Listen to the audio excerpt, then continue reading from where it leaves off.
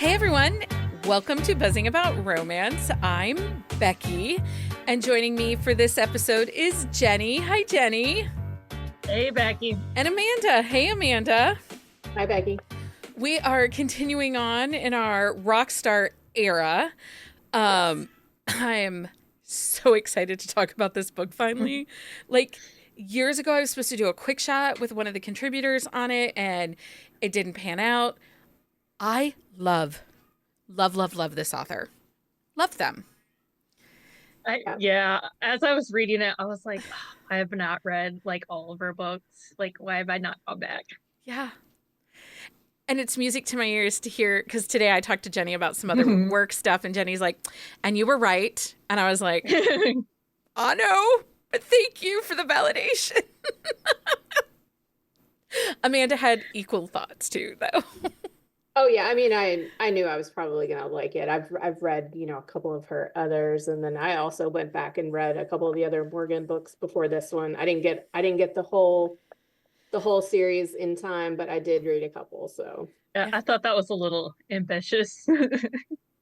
I mean, I could have done it. I probably actually could have done it, but I had to take a little bit of a break. They have a lot of nicknames going on in those first two books. I had to take a break. In general, yeah. That was going to be my question for you. Okay, well, let's just get into it. So on tonight's episode, we are reviewing and talking about Rockstar by Lauren Rowe. Who wants to tell us all the things? I can do it. Okay. Yep. I got it. Okay. Release date, April 29th, 2019. Tropes are Rockstar, Instant Connection, Second Chance, One Night Stand, Hidden Identities. The series name is The Morgan Family. It's interconnected standalones. POV is dual first person. Put out percentage is 7%. The audio narrators, if you did the audiobook, are Lily Reynolds and John Lane. Okay, now I know why this is Becky's favorite. When I read it. Yeah, okay. John Lane. This is available in Kindle Unlimited and audio. Yeah. John Lane. We'll just get this out. I did this audio. But there's actually some really neat things that happen in this audio. And it's been a minute since I looked at the ebook, so you guys will have to correct me if I'm wrong. So in this audiobook, Lauren Rowe was one of the first that actually hired studio musicians to come in and play on her audiobooks. And in the ebook, there used to be links that you could click on that would take you to YouTube to hear the music. There was only one in this one, I think, right? Just Firefly at the end? Okay. Because but you can go to her website and they're all on there. Okay. So she actually, and originally, Lauren Rowe actually did the audio herself for the first 3 books. And then she got picked up for distribution by Audible and re-recorded them with professional narrators, but brought in still the studio musicians and singers to perform on the books, because she felt, especially in her music Rockstar books, she felt it was incredibly important that it have the full experience of the music. Yeah, I think when we did Swoon, like Swoon had more links, I think, than this one, but this one definitely did have links. I didn't go on, but I know they were there. Lauren Rowe actually also has a background in music and songwriting. I wondered, because I was like, she really knows like her musical instruments and stuff. Yeah. I'm like, yeah, that was her first alliteration as a career right out of college, was songwriting. So I think that rock stars marry really well, or musical world just merges really well to her voice and who she is as an author. Yeah, I agree. Okay, so first, was this your first Lauren Rowe? I know that it wasn't Amanda's, but Jenni. No. Because you read Reed Rivers. I did read. Also, can we talk about how Reed has a couple of moments in this book that were like, God, he's a dick, but also like, oh, I love him. He was good in this one. He was so good in this one. That compared to first his at the books. party, at the opening scene, when he's like, "What are you doing here?" Yeah, and it's a little weird to have like pictures of like you can't do this person, this person, this person, or this person. Right? But You're then you weird. find out later that, that he was fine with her doing that person. Right? Right. She was. And so there is a little bit of deception in the start of this book. So let's just start right there at the beginning. In the beginning, when they first connect to me, and before we do that, let's just ask Jenni real quick.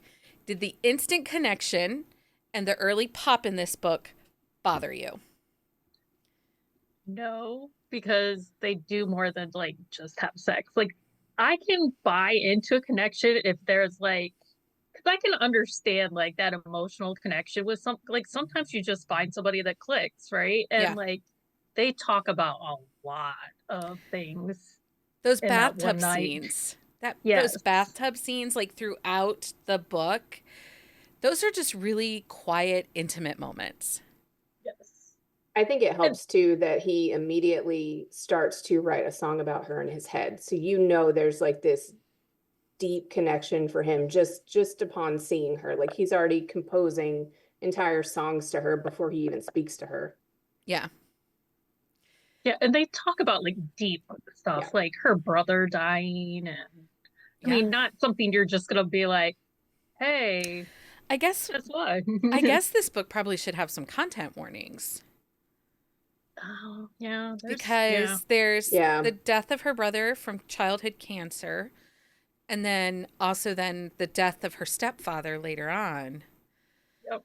But Yeah, and then they're in the hospital with the kids that yeah, have cancer, and which is, those are pretty emotional scenes. the way that it's all handled, none of it feels like it's done for shock value. You know how sometimes we get content for Right. shock value? Yeah. This does not feel like that. I agree. It feels like it's part of life and it's unfortunate and it's shaped her, but Yeah. So they meet at this party. He's instantly like vibing to her. He's writing those songs like the ultraviolet, the The Elvis baby disco mama. Yeah, I love that. disco mama. I wrote it down here. And it's a hit woman Elvis disco mama. Yeah. Yeah. He's so into her right there from that moment. But there is deception. She does not say who she's connected to. And then No. at the very end, and she doesn't tell him who the boyfriend was that cheated on her. Yeah, and he doesn't tell her that he's been signed to Right. Rivers Records. I can't say it. Yeah. Rivers Records. River Records, and she doesn't know any of that till they're done that day. Yeah. And she's like, go on your tour, have fun, you do what you need to do. And if you still want me, contact Miranda. And I forgot because I recently read Coming Home, which is Seabaum's book. And we'll talk about that here in a second. Well, at the end, we'll talk about it. I won't spoil that one for anyone. But I forgot that Miranda works for Reed. Yeah. Because, it had been a while since I'd been in the Reed Rivers Morgan family universe. So they go forward. He struggles on tour. He does. Just a bit. Yeah. I mean, he describes himself as like an introverted extrovert. He likes to perform. He loves the musical aspect of it, but he does not like the grind. He doesn't like, being around that many people. Like he's not getting his alone time to recharge. And they're the opening acts, so they have no say in anything. Right. Well, and then so we fast forward through all of the world tour, which we don't get a ton of, which I appreciated. Yes. We don't know that he tried to hook up until he talks about it in past tense. He flirts with women, but he's like, "Oh, I have a girlfriend," kind of thing. And him actually hooking up with somebody is not blatantly shown on page. And I think that's really smart. Lauren Rowe did that. Right. Yeah. It's just kind of like in passing, like he tried, but and he did have sex with other people, but it wasn't not that And connection. yeah. And he just finally stopped doing it and instead got drunk and drugs, living that part of Taking pills from like random people. Yeah. right. And then his brother cracked me up. Well, when Kobe and Ryan, Captain, Yeah. show up in the hotel room after his New York, it was his New York show, right? I think so. LA. The LA show. Yeah. And he's like, I'm tasting colors. He's vomiting. And his brothers are just like, You're going to rehab. yeah. Or therapy. Not Therapy, rehab. yeah. Therapy. But so Kobe's book, which Jenni hasn't read yet, and I won't spoil it, his female main character pushes him to therapy. Yes. She does. And that the mental health of overcoming something traumatic is really important to that book, to that story. And kind of through the rest of the books in this series, in the Morgans, Colby is the voice of reason that's pushing and saying, you cannot do this on your own. And that just continues to show his character growth from the start of his book to where he is at that moment. So, but I felt like that was really well done. Well, is he the like firefighter, paramedic? He's the firefighter. Yes. Okay, because he was the one that was like, you seriously just like took a random pill, like, dude. Yeah. Really? And Well, yeah. Get that. And Ryan, Captain, he owns a series of bars. And he owns some bars with Josh, who's Kat's husband, in Vegas. And, Josh kind of, but again, it's the don't take the random drinks, do not take pills from people kind of thing. But I felt like that part of the lifestyle was really well shown. Yeah, I agree. And he thought his arms melted off, Stacy says. Yeah. Yes. Oh, yes. He kept asking to have his arms put back on. Yeah.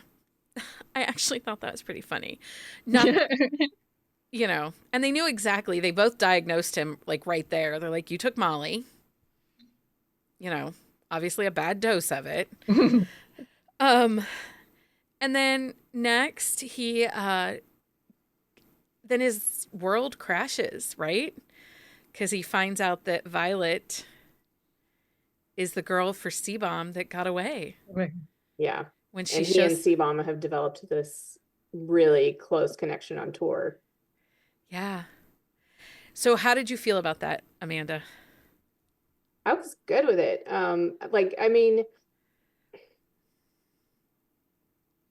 Because I think I've like already seen them a little bit in other books, and so like that Dax and Violet are supposed to be together, and that, which I hadn't read C-Bomb's book at the time, but that C-Bomb has a different outcome, and I get like why he was mad, and I get why Dax withheld it. He's trying to protect his band. He's trying to do the best thing for everybody, but it's like. So Lauren actually gets a lot of hate for that balcony scene where Dax allows C-Bomb to pour out his feelings and to talk about Violet. A lot of people felt like it almost like it makes Dax look bad, that he should have spoken up sooner. I feel like we get a lot of emotional vulnerability in that scene. Okay, as an introvert, if like I was in that situation, I would not have done anything different. Same. You just would have listened. Yeah. Yeah. It'd been like, man, that sucks. I need to go. And he's been on tour with C-Bomb and knows how he reacts to things. Mm-hmm. So right. There's a lot going on there, and like if you understand that, like he's probably gonna react violently, and also that he's trying to not get his band kicked off tour or off the record label, because he doesn't, at that point he has no idea how Reed's going to react.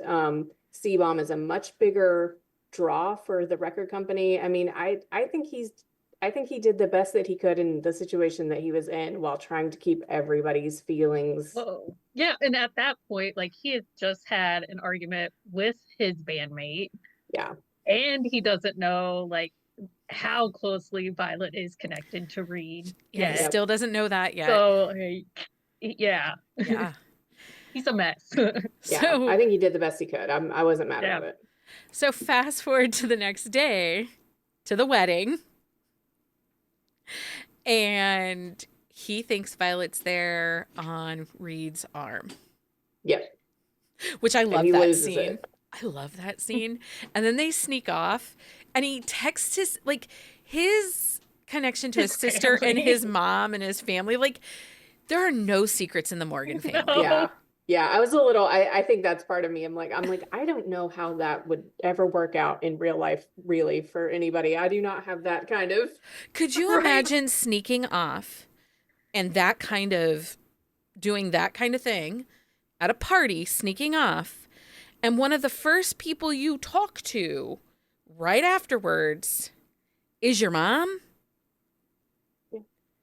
And his sister both. I mean, like it was both of them. Yeah, It was like I mean, his sister knew right away, and his Yeah. mom catches on pretty fast. And yeah, then they're all just like, And then the whole family knows. Like, word travels so fast in that family.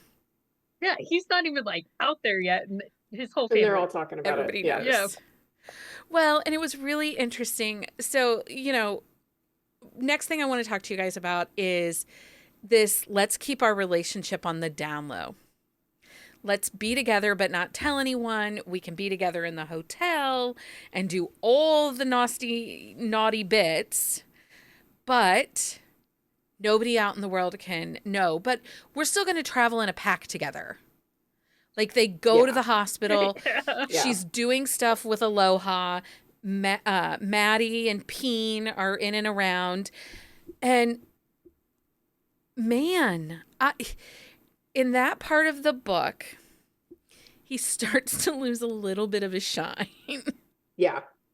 Absolutely. And then he kisses her while he knows someone's watching Yeah. with Yeah. their phone out. I mean, and he goes into it and she calls him on it. She's like, are you trying to like get caught so that you don't have to make this decision? Yep. And eventually she's like, well, I'll make it for you. It's like, yeah, I don't love him during that whole section. I get it, and I don't like hate him for it, but I didn't like it. Yeah, I was definitely like, oh, yep, he's like 20 something. And Yeah. Yeah. It But definitely. I think it sets up like a really good opportunity for Violet to like be the adult one and be like, okay, like if you like, I'm gonna go, you figure yourself out. Like it gives her an opportunity to like stand up for herself. Yeah. I did like that Dax remained sober even through all of that and how rough that was. And he really had to think out some life choices. He continued with the therapy. Like, I really like all those pieces. And with you, Jenni, too, I agree. And Amanda, I like that Violet is like, peace out till you figure you out. Mm-hmm.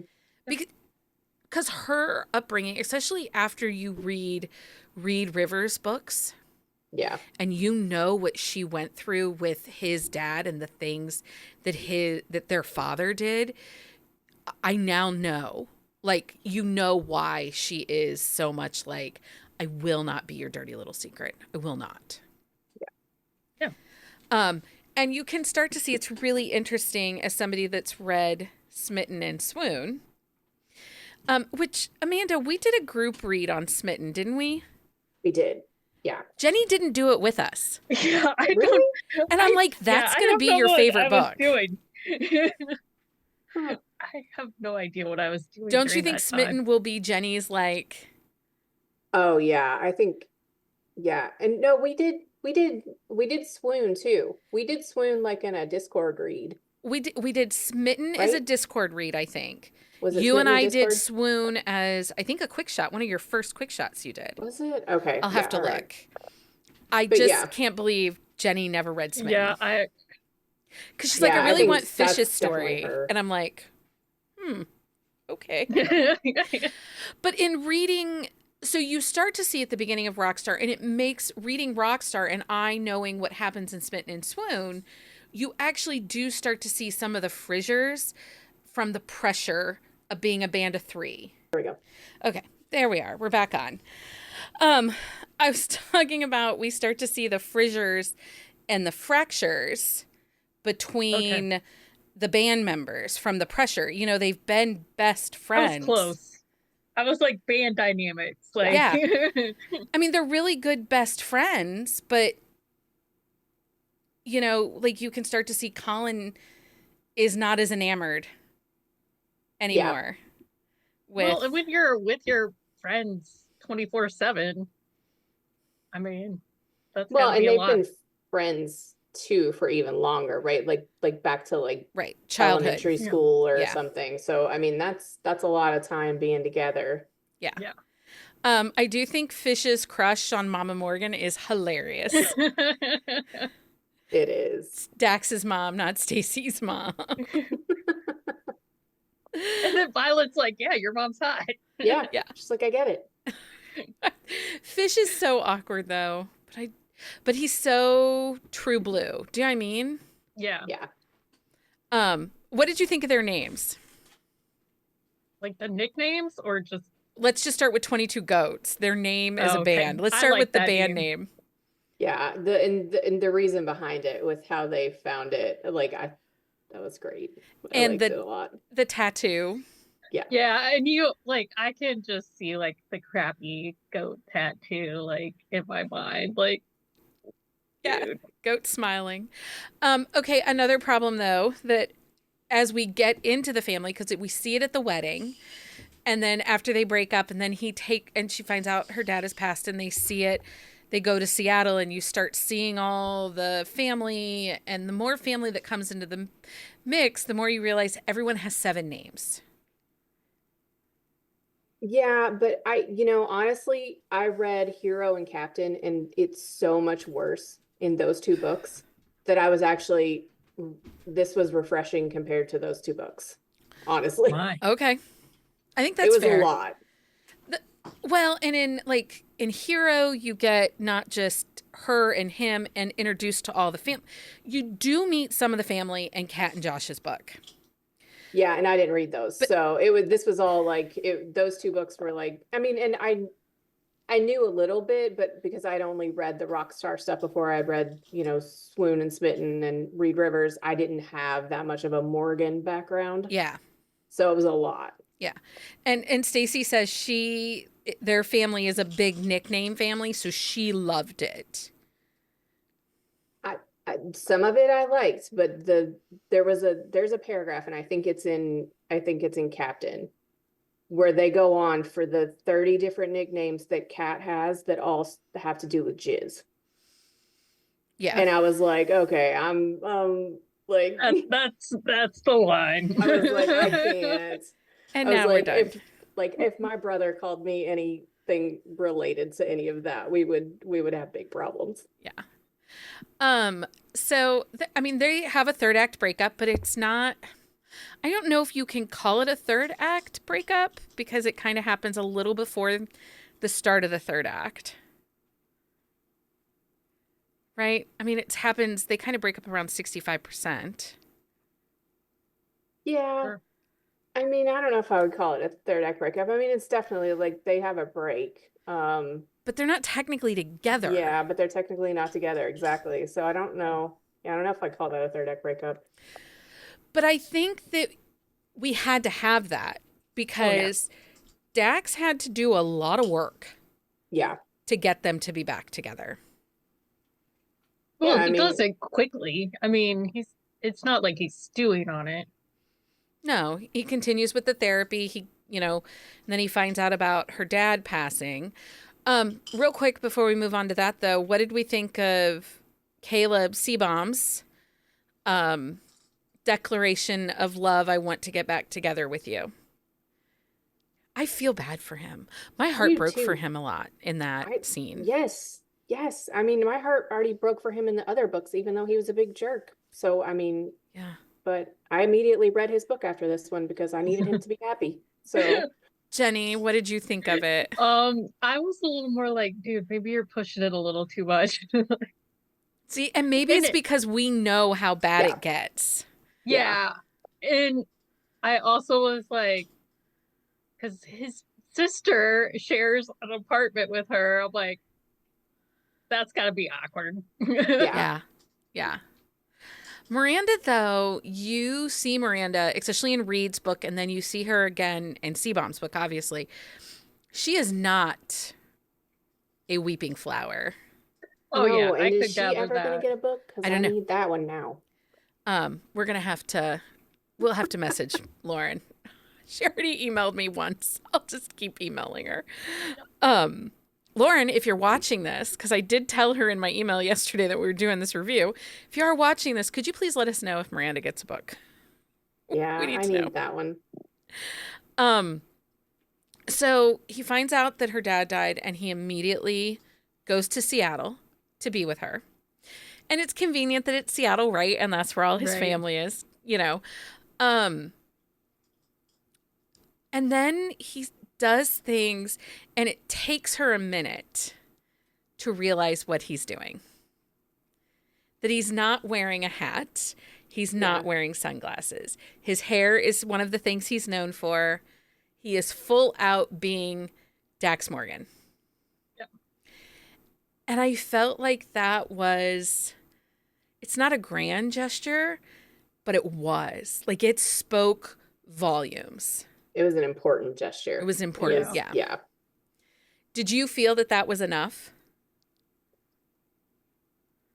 Yeah, For me- because, yeah, it was for me. For me, I think also like Reed sharing the recording with her Yeah. went a long way, because like when he like got out of the car and like goes to hug her, and I was like, dude's you're gonna get slapped, you're gonna get hit again, like he's already sporting a shiner. And Yeah. but then when she's like, yeah, Reed shared the recording, I'm like, oh, that makes like, because then she had time to process it and like deal with her feelings. He pretty much word vomited and then sang right after his word vomit to Right. Reed. And I did have a little bit of secondhand embarrassment for him in that situation. I'm like, you do not know how he is going to react. Like, babe, Yeah, maybe. but I felt like it was important that he put himself out there in front of Reed too. Yeah. So I felt like that was all part of the importance of his gesture. Yeah. No, I think it Dude was also important. signs his paycheck, so Yeah. Right. Like, there were a couple moments. I also, and I'm sure this is spoiler, but he ends up buying the more off the beach house and not the condo because he wants to be the central location. But she doesn't say that in the book. We know that from the next books. Okay. I kind of assumed he did. Well, because he saw the one guy where he's like, yeah, I wanted everybody to come to me. I wanted to be the place that we all felt comfortable in hanging out. And I think that him loving the lead singer of Red Card Riot helps him, Dean, helps him kind of figure out where he needs to be in the grand scheme of things. Yeah, it's kind of like a template for how he wants his career to go. Yeah. And how he wants to live his life, really. Anyway, okay, so we'll finish this up real quick. Are there any characters that were super standouts for you that were not Dax or Violet? Like, did you come away, walking away going, I really love this character. I really need this character story. I mean, we've talked about a few, but is there one that was like super... I'm going to read Fish next, so. I'm going to read Fish next. Yeah, I really would like for, Miranda to get a book, especially after reading Finding Home. Yeah. And I also like the acronym of his name. Fish? Yeah. Fish. Yeah. Yeah. Okay. So I don't know if we back up on YouTube. I'm sorry if we're not. In the grand scheme of things, here we try this again. Sorry, everybody. Okay, so I asked about if there was a standout character for you, and then my next question was going to be, will you read Lauren Rowe again? Oh yeah, I mean, I already did right after. But we've been waiting for Seabaum's book since the end of Swoon. I mean, really even before. Reed Rivers' book, I feel like we were Right. looking Yeah. for I Sebum. like Reed Rivers was probably when. Because Sebum just kept picking the girls that everybody else fell in love with. Yeah. Poor guy. Yeah, and I think that's why I didn't really get mad at him in this book, is because I was already like, I already wanted him to have a happy ever after. So Yeah. I was just like, okay. And we knew it wasn't Violet. I did read this epilogue because I wanted to make sure I could talk about it with you guys and that I remembered it correctly. In the epilogue of this book, they are at Peen and Maddie's wedding in the Bahamas, which this family does destination weddings because Peen and Maddie met at Ryan's wedding, captain's wedding in Hawaii. And Josh offers to pay for it. So yeah, if somebody offered to pay for, right, I'd be like, sure. So, at that wedding, Dax and Violet announced that they're pregnant, and then they also get married the next day. Yes, I thought that was cute. I thought it was really well done. I liked it. Although she didn't get a fancy wedding dress after she talked about her. Right. I mean, and they have so many family members. It's just easier at this point. I mean, there's so many people. Right. Well, and I think it works for their family because they are like so invested in each other. Like I told Becky earlier today, I was like, that would not go over well. Like, yeah. But then, like, they made sure the guests that were there, the little girl, puppy girl, and her parents from the. Oh, yeah. I was just like, oh, okay. Okay. That was so sweet. And I did like how Violet doesn't use her connections. She could have totally used her connections to move herself forward in her career. Yeah. Right. And she doesn't. She lets it happen organically. And I really liked that about her.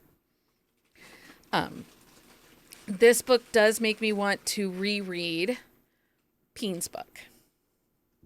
I am going to go back and reread that because I had stopped before I got to that one and took a book in between, and then I went into Rockstar and Finding Home, so that's going to be the one I go back to. Okay, so let's do our thumbs up, thumbs down. Jenni, thumbs up, thumbs down. Thumbs up. Amanda, thumbs up, thumbs down. Thumbs up. I do think Dax is my favorite Morgan, just so we're all really clear. If people liked this book, what other books should they try reading?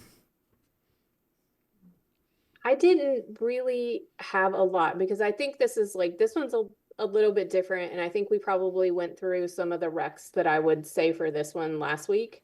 Because it's not really, I mean, there's a lot of big feelings, but it's not very Rockstar angsty. I mean, there's a little bit of the drugs and the drinking in the beginning, but I just feel like, I don't know. I didn't have a lot of good recs because I don't know a ton that are specifically like this that we didn't mention last week, maybe. So I'm actually gonna, Jenni, do you have any?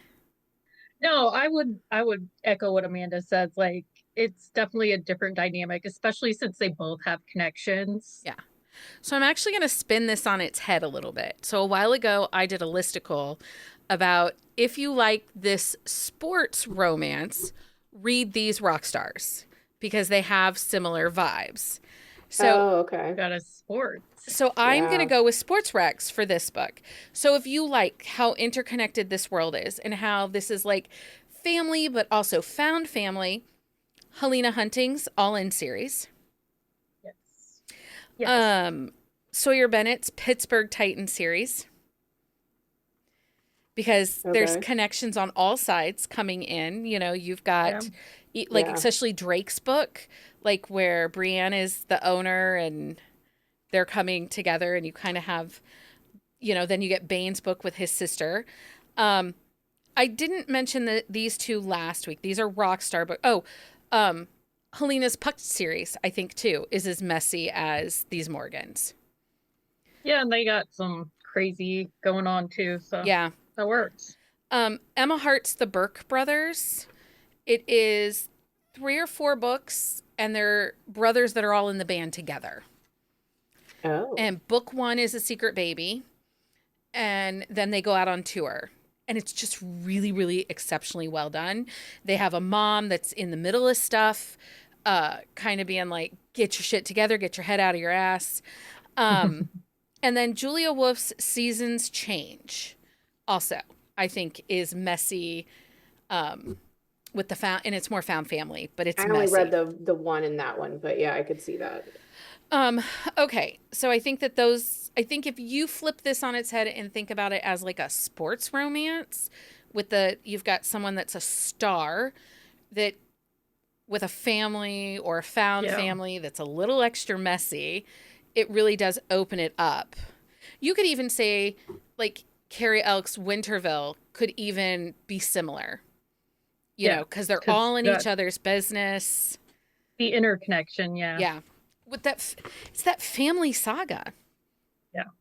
So I think a lot of Marie Johnston's books would work too. Like I think if you like Marie Johnston, you probably would like Lauren Rowe and vice versa. Yeah, because you get those big, deep feelings without the like in your face angst, I think. Yeah. Even Jay Salmon's Her Doctor series, I think you get that too.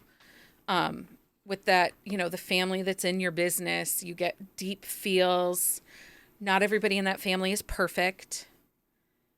So, Carrie Ann Ryan's The Montgomery Family would also work, I think, as a comparison. And she has any Rockstars. of those big family series that we tend to like. Yeah. We have a type. Shocking, right? Apparently. Okay. Well, thanks everyone for sticking with us through all of our technical issues tonight. That's a wrap on this episode. We hope you enjoyed our deep dive into Rockstar by Lauren Rowe. We'll be back. Oh, we're going to be back Friday night, 9 p.m. Eastern Standard Time, right here on the YouTube, because we are going to review Whitney, My Love by Judith McNaught from last month that we missed. And then we'll be back Sunday night on the YouTube, and we're going to break down all of the crap happening in the first quarter of 2025 in the book world. Yeah, it might be a long one. It might be a long one. And then we're going to be back next week, and we are deep diving into Lilac by B.B. Reed, which is a Why Choose Rockstar romance, which we haven't really done. Nope, we're going outside the comfort zone a little bit. Yeah. Yeah, we're going to see how this goes. Also, I will put it in our on the shelf show notes, but I do have a reading order for Lauren Rowe's her books. So for the Morgan family and How Things Fit, I do have a reading order because somebody asked. And then I think Amanda and I are going to do a quick shot for Coming Home. Yes. So that we can let you know if you should read C-Bomb's book, which, spoiler alert, you should. And again, you can find, we have a series of 3 quick shots for Reed Rivers books. I'm pretty sure we did Swoon. I don't know if we did Smitten or not. So anyway, I've done quite a few Lauren Rowe books because I like them. Anyway, thanks everybody for reading this and joining me tonight. Thanks for having us. Until next time, everybody, happy reading. Find us on Instagram at Buzzing About Romance or on Twitter at Buzzing Romance. If you like the podcast, please leave a review. If you'd like to support us directly, join the Bookcase and Coffee Patreon and receive exclusive content only available to Patreon members. Check out bookcaseandcoffee.com for our on-the-shelf show notes.